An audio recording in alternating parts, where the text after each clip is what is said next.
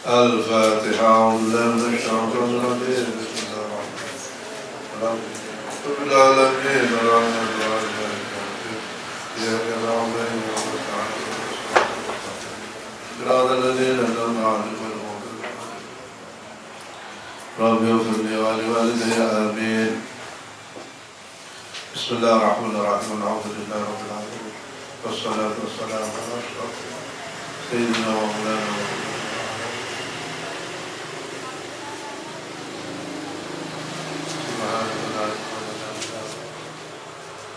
رب اشرح لي صدري ويسر لي أمري.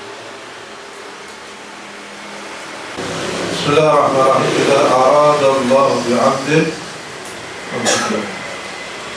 إذا أراد الله بعبد خيرا فقهه في الدين وزهده في الدنيا وبصره عيوبه. Idza arada in dalam nalikane menghendaki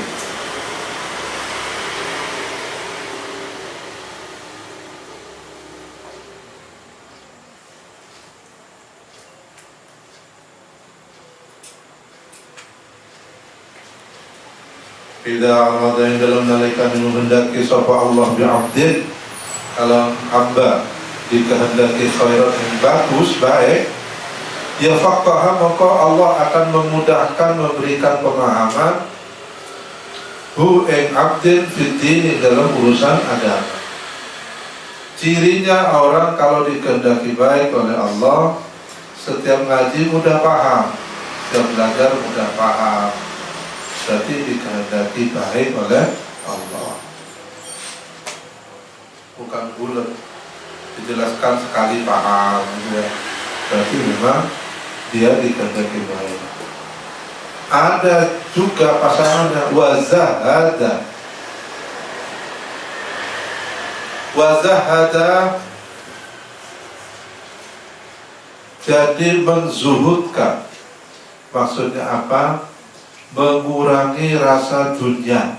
Zuhud itu artinya tidak terlalu keduniaan. Zuhud. Wazahadalan menzuhudkan sapa Allahu ing abdun fid dunya wa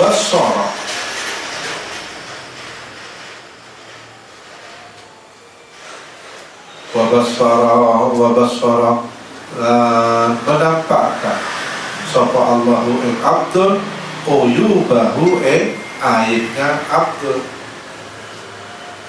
Nah ini cirinya orang kalau dikehendaki baik oleh Allah. Pertama, dia kalau ngaji mudah paham. Yang kedua, dia itu tidak terlalu suka dunia. Jadi mulai dikurangi nafsu terhadap benda-benda duniawi itu sudah, dia tidak begitu, ya sekedarnya aja. Butuh baju, punya baju ya sudah cukup gitu. Butuh ini ada, alat komunikasi ada ya sudah cukup gitu. Jadi itu sudah pasangan diri, sehingga tidak mengganggu kepada proses belajar. Itu caranya logika Tuhan itu kan begitu ya, dipasangkan. Kalau ini dikehendaki oleh Allah, maka dari satu sisi dia sudah mulai dikurangi nafsu keduniaannya, itu mulai gak begitu tertarik, senangnya ngaji ya, senangnya belajar. Wa bassarahu yubahu, dan Allah tampakkan kelemahannya, bukan kelemahan orang lain. Jadi dia merasa saya ini masih kurang, masih bodoh. Tidak, sebaliknya sudah merasa pintar. Itu cirinya. Kalau kita sudah ada ciri itu, berarti kita dikehendaki baik oleh Allah. Rasa ingin keduniaan itu tidak ada, sekedarnya. Kalau ada ya sudah disyukuri, tidak ada ya tidak kepikiran. Terus yang nampak pada diri kita itu kesalahan, kebodohan, kenaifan, ya, selalu merasa berdosa kepada Allah. Sehingga ketika kita belajar dalam bidang agama atau belajar apapun, dimudahkan menangkap ilmu itu. Nah itu sudah gak ada orang yang mudah menangkap, tapi apa nafsu belanjanya, wah itu itulah yang menutupi kecerdasannya itu, karena tuntutan hawa nafsunya melampaui dari kebutuhannya. Akhirnya kecerdasan otaknya tertutupi oleh nafsu. Yang muncul apa? Wa bassarahu uyuba ghairihi, bukan uyubahu. Yang kelihatan itu apa? Kekurangan yang dimiliki oleh orang lain. Merasa dirinya lebih baik dari orang lain. Jadi dibalik. Ya kita introspeksi. Apa ada gejala yang mana? Apakah gejala yang ini apa gejala yang itu? Ciri-cirinya udah jelas. Kalau idza aradallahu bi'abdin khairan faqahahu fid-din wa zahadahu fid-dunya wa bassarahu uyubahu. Jadi selalu introspeksi, ya Allah saya sudah ini, tapi belum apa-apa, kok belum bisa apa-apa. Bukan sebaliknya, wah saya udah paling pintar. Idza aradallahu bi'abdi al-khaira ajjala lahu al-uquba fid dunya. Idza arada dalam nalikan menghendaki sapa Allah bi'abdihi kalau hambanya Allah al-khaira yang kebaikan, ajjala maka akan apa namanya menyegerakan, ajjala maka akan menyegerakan lahu maring abad al-uqubata ujian, al-uqubata ujian fi dunya ing dalam dunia, siksaan atau ujian. Kalau hadis yang sebelumnya, idza aradallahu bi'abdin khairan ja'ala ghinahu fi nafsihi wa tuqahu fi qalbihi. Itu kan, ja'ala ghinahu fi nafsihi, dia sudah merasa cukup dengan dirinya, tidak membutuhkan. Ajjala lahul uqubata fid dunya. Ini yang berikutnya, kalau Allah menghendaki seorang hamba itu baik, maka Allah menyegerakan ujian, tes di dunia. Wa idza arada Allah bi 'abdin asy-syarra amsaka anhu bi dzambihi. Sebaliknya, wa idza arada dalam nalikan menghendaki sapa Allah bi 'abdihi kalau hambanya Allah asy-syarra kejelekan, ya amsaka maka menahan sapa Allah anhu saking abdun bi dzambihi kalau dosanya abdun, hatta yuwafa sehingga memenuhi sapa abdun bihi kalau dzambun yaumal kiamati dalam hari kiamat. Baliknya, jadi kalau orang disegani oleh Allah dikehendaki baik, di dunia sering mendapatkan ujian, sering mendapatkan cobaan. Itu tanda apa? Karena Allah menginginkan dia selalu ingat kepada Allah. Sebaliknya, orang kalau dikehendaki tidak baik, maka dikasih senang terus, dosanya lipat besok ketika hari kiamat. Amsaka anhu bidzambi hatta yuwaffa bihi yaumal qiyamah. Istidrajnya. Idza aradallahu bi'abdihi khairan fataha lahu qufla qalbi.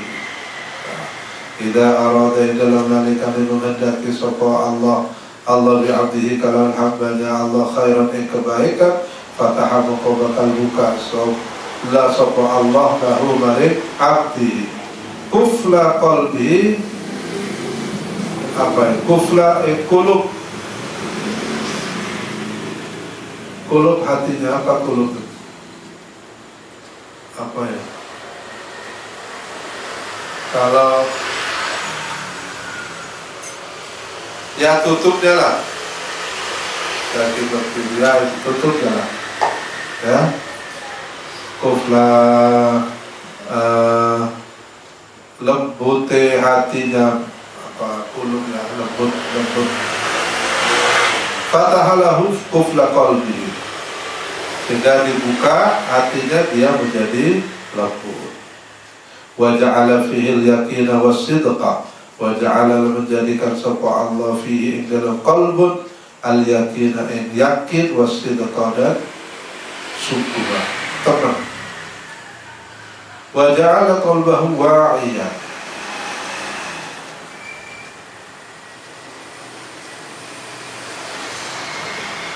wa ja'ala, menjadikan sapa Allah qalbahu ing hatinya abad wa'iyan ing tempat lima wadah, tempat lima bari perkara salaka kang menempuh sapa abad fihi ing dalam lima bari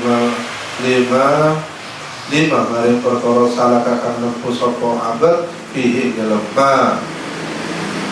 Wa ja'ala qalbahu saliman, wa ja'ala, menjadikan sapa Allah qalbahu ing hatinya wong abad saliman ing selamat, wa lisanahu, lan menjadikan lisannya abad shadiqan ing wong kang jujur, wa khaliqatahu, lan menjadikan budi pekertinya abad mustaqimatan ing lurus jejeg, wa ja'ala, lan menjadikan sapa Allah udhunahu ing telinganya abad sami'atan ing wong kang mendengar, wa ainuhu basiratan, dan menjadikan ing matanya basiratan ing melihat. Ya, tidak, maksudnya terhadap kebenaran, dia akan telinganya peka terhadap kebenaran, matanya peka terhadap kebenaran. Tapi dia menjadi tuli terhadap kejelekan, menjadi buta terhadap kejelekan. Di banyak cerita dan banyak versi ya. Ada yang mengatakan ceritanya siapa? Imam Syafi'i. Jadi Imam Syafi'i pernah di sungai lihat mangga jatuh itu. Diambil, dimakan, begitu satu kali makanan sadar beliau, loh ini punya siapa mangga ini? Padahal sudah dimakan masuk ke dalam tubuhnya. Akhirnya apa yang dilakukan? Imam Syafi'i mengikuti alur sungai itu sampai ketemu pohon mangga. Begitu ketemu, dicari siapa yang punya mangga. Untuk apa? Diminta halal. Saking hati-hatinya kalau sudah masuk ke dalam tubuh. Singkat cerita, yang punya mangga itu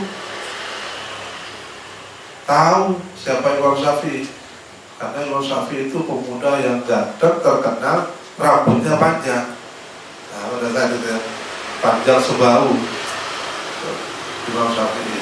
Jadi boys, apa itu nomor berasa anak muda sekarang gaul ya. Imam Syafi'i itu gaul, muda, terkenal pintar, alim, tapi gaul, penampilannya keren, keren loh. Tahu yang punya mangga itu. Ketika Pak Imam Syafi'i mengatakan maksudnya, kamu siapa? Syafi'i, oh ini Idris, oh ini orangnya. Sudah, ada apa? Cerita kalau, ya benar itu memang mangga saya. Terus gimana? Saya minta izin untuk dihalalkan. Saya siap menebus. Oh, nah kesempatan. Saya mau menghalalkan mangga ini yang sudah kamu makan. Syaratnya apa? Kamu mengawini putri saya. Paket Imam Syafi'i. Apa ada yang lain? Tidak ada. Putri saya itu orangnya buta, bisu, tuli, lumpuh. Waduh. Gitu. Mau gak kamu? Kalau gak saya halalkan. Ya Imam Syafi'i gimana lagi? Karena sudah masuk ke dalam tubuhnya, ya. Putri saya itu orangnya buta, bisu, tuli, lumpuh. bismillah demi kehalalan itu. Akhirnya ya ini dididik oleh Imam Syafi'i. Begitu masuk kamar dibuka, dia benar. Buta tidak pernah melihat maksiat, ya. Bisu tidak pernah bicara hal yang jelek, tuli dari mendengarkannya tidak baik, dan lumpuh karena dia tidak pernah bepergian kecuali untuk belajar. Wah, ya taktik. Cuma dites dulu. Biar gelap orang buta, buta dia langsung pikir. Oh enggak, ditambah bisu, waduh, ini mau pakai bahasa Tarzan ini. Ini maksudnya bisu itu ya bahasa kinayah. Mau enggak? Ya, Imam Syafi'i sudah enggak berpikir itu, yang penting halal di dalam tubuhnya, jangan sampai kemasukan barang haram. Sudah, meskipun syaratnya sangat berat, ya sudah, bismillah, jodoh saya, kata Imam Syafi'i. Demi kehalalan yang ada dalam tubuh saya, ya bismillah. Ternyata istrinya cantik gitu ya, masih tidak pernah keluar, tidak pernah berhubungan dengan dunia luar, sehingga dia masih suci ya. Matanya suci, mulutnya suci, telinganya suci, kakinya suci. Wah, udah, itu bonus sholat untuk Imam Syafi'i. Idza arada Allahu infada qada'ihi wa qadarihi salaba dzawil uquli uqulahum hatta yanfuda fihi qada'uhu wa qadaruhu fa idza qada amrahu radda fa idza qada amrahu radda. Uqulahum wa waqa'atin nadamah.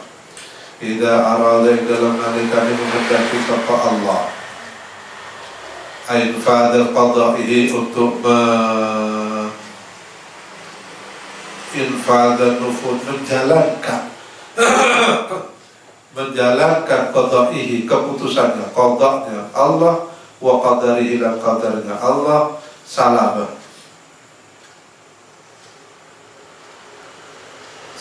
moko apa? Kalah, ilani, salabah moko apa? Menghilangkan.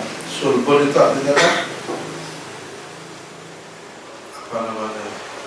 Zawil ukuli, orang dua akal. Dihilangkan ukulahum, akalnya zawil ukul. Hatta yanfuda, sehingga berjalan, terjadi fihim, dalam zawil ukul, apa qada'uhu, qada'nya Allah, kepastiannya Allah, wa qadaruhu, takdirnya Allah.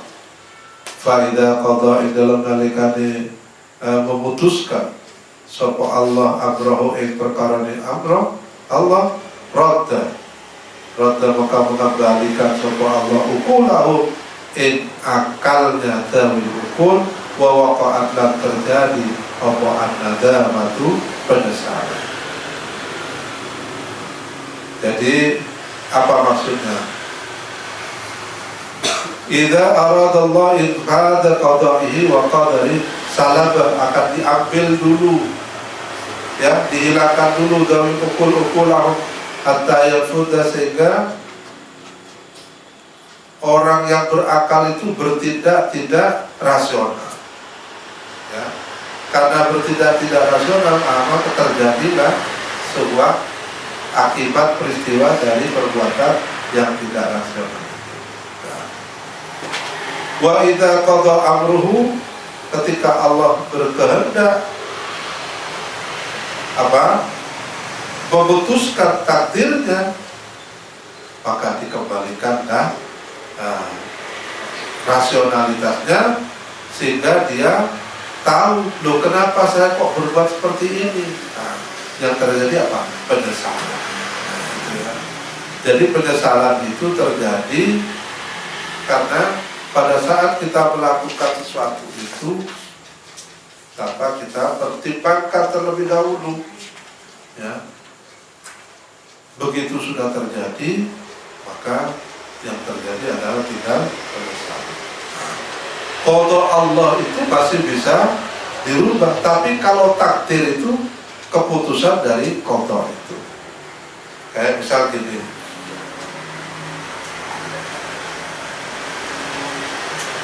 kamu bisa turun ke bawah, ya pilihannya kan, nah lewat tangga atau lompat, nah gitu ya, pilihannya mau turun ke bawah itu lewat tangga atau lewat lompat. Itu namanya masih alamul qada, ya. Nah ketika kamu memilih melompat terus masuk ICU, itu namanya takdir. Paham ya? Jadi jangan salah, wah saya memang ditakdirkan masuk rumah sakit. Enggak begitu. Kamu sendiri yang memilih itu. Begitu di sini kamu diberikan qada oleh Allah, ini loh ada pilihan. Dari mana itu? Ada hukum alam, seperangkat pengetahuan Allah berikan. Hukum alam mengatakan apa? Kalau kamu dari atas pasti jatuhnya ke bawah, kan begitu itu hukum alam gitu. Kalau ingin enak turunnya lewat tangga, tapi pelan, selamat, enak, nyaman. Kalau kamu melompat, itu kamu sudah tahu, tapi kamu pilih yang melompat. Jadi orang bodoh atau orang pintar sama dengan ini. Kamu pintar, kamu bodoh itu pilihan kamu. Karena untuk jadi pintar sudah diberitahu oleh Allah caranya. Ini loh caranya kalau ingin kamu pintar. Kalau kamu ingin kaya, ini caranya. Pelan lewat tangga, tapi selamat kamu enak.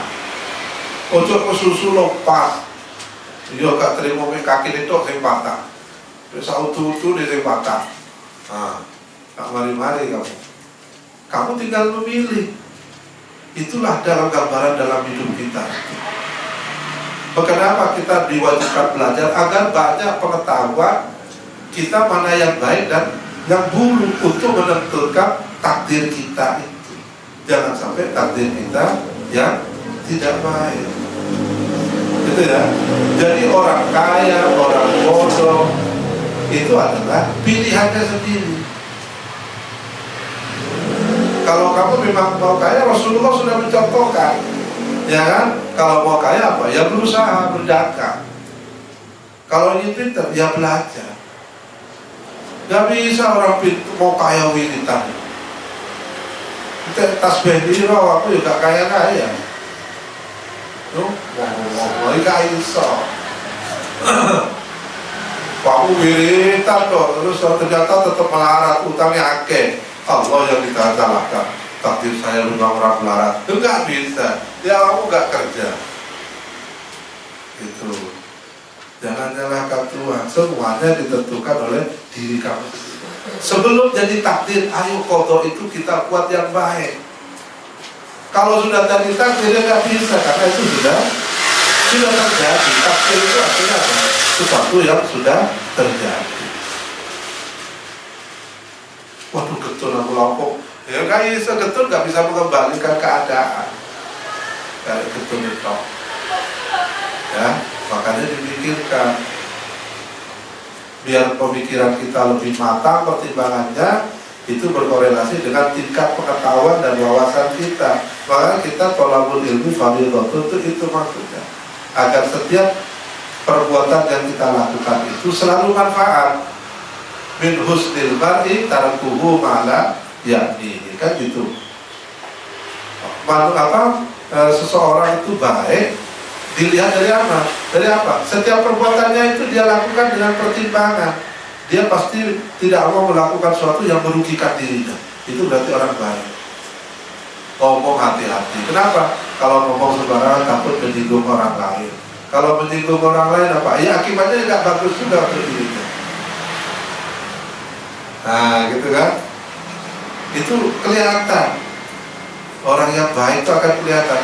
Tingkah lakunya tertata, terjaga, sehingga hidupnya nyaman. Tidak banyak bersinggungan dengan orang lain dalam artian yang tidak penting. Nah, dia jaga. kodoknya itu dia tata betul, sehingga banyak orang yang sukses hidupnya karena dia kodoknya itu dia jaga. Dan ini nggak berkaitan dengan keimanan, ini hukum alam. Jadi kamu jangan itu Cina kok sugih, gak tahu sholat, ya Allah hubungannya, karena dia menjalankan keputusan hukum alam yang Allah berikan di dunia ini. Apa? Siapapun kalau mau kaya berdagang, apapun agama kamu, gak ada hubungannya. Wirita dong gak tahu berdagang, sugih itu konti. Ya, akhirnya apa? Rambut tuyul, tuyul sombong. Akhirnya berpikirnya tuyul aja gitu. Jalan pintas karena nggak mau bekerja. Manjada wajada, barang siapa berbuat dia akan. Nah itu kan hukum alam. Nggak ada barang ya ayyuhalladzina amanu manjada wajada, nggak ada itu. Harus beriman dulu, nggak ada. Harus Islam, nggak ada. Ini di dunia loh ya. Kelebihannya orang Islam apa? Karena kamu bersyahadat itu kunci akhirat. Maka kebaikan yang kamu lakukan di dunia ini memiliki keberkahan sampai di akhirat. Kalau kamu bukan orang Islam, karena tidak punya pintu langit, ya kebaikannya hanya untuk di dunia ini saja. Dia suksesnya hanya di dunia saja. Selama hukum dunia berlaku, gitu ya. Jadi kodok itu kamu tentukan sendiri. Ya sudahlah, nasib sudah ditakdirkan bodoh, marah ono itu. Ya, kamu otaknya sama, kesempatannya sama, cara tinggal bagaimana memperlakukan otak kamu itu. Ibarat dua pot bunga, satu kamu tanam dengan kamu siram, kamu pupuk dengan rutin, satunya kamu tidak disiram sekedar kalau ingat, maka yang terjadi apa? Tumbuhan di kedua tempat ini sama apa beda? Pasti beda. Yang kamu siram rutin dan kasih pupuk pasti tumbuhnya. Yang tidak pernah atau kamu siram kecuali pada saat kamu ingat, ya ini kan tumbuhnya sekedarnya aja. Yang ini tumbuh besar berbuah banyak, ini belum apa. Itu perlakuan kita terhadap otak kita. Kalau kita rajin ngasih pupuk, kita rajin nyiram, akan tumbuh mekar. Karena otak kita itu bisa selnya berkembang miliaran juta sel. Otak manusia, ya. Tapi kalau kamu menyiramnya kalau saat ingat, itu pun sekedarnya nyiram. Ya tumbuhnya ratusan mungkin ribuan. Akhirnya banyak yang mengkeret otaknya, yang berfungsi. Jadi itu bukan salah Tuhan. Tuhan sudah memberikan istiqomah, Tuhan sudah memberikan kesempatan, Tuhan sudah memberikan pengetahuan, pengalaman, semuanya tinggal kamu. Innallaha la yughayyiru ma biqaumin hatta yughayyiru ma bi anfusihim. Jadi tergantung kita, mau gak kita berubah. Itu namanya takdir kodok dan takdir. Kalau semasa kodok silakan, ini yang harus kita ubah. Kamu mau sukses, ayo dirancang gimana caranya sukses. Ada ilmunya, ada pengalaman orang-orang sukses, ya kan? Bisa belajar kamu. Kamu tentukan diri kamu mau jadi apa. Jangan hanya menyesali tok. Dia tidak ada gunanya menyesal, menambah penderitaan. Orang nyesal itu menambah penderitaan. Ya, maka mumpung masih banyak kesempatan, silakan kamu rancang. Mau jadi seperti apa? Kamu mau jadi apa? Itu bisa. Ya, semuanya bisa. Tidak ada yang mustahil. Tergantung kamu mau apa tidak mengusahakannya. Saya mau ini tapi mengusahakan yang nggak mau, dia raiso. Ya, harus mau mengusahakan. idza aradta an taf'ala amra wallahu al-Fatihah. Ar-Rahman. Ya Allah.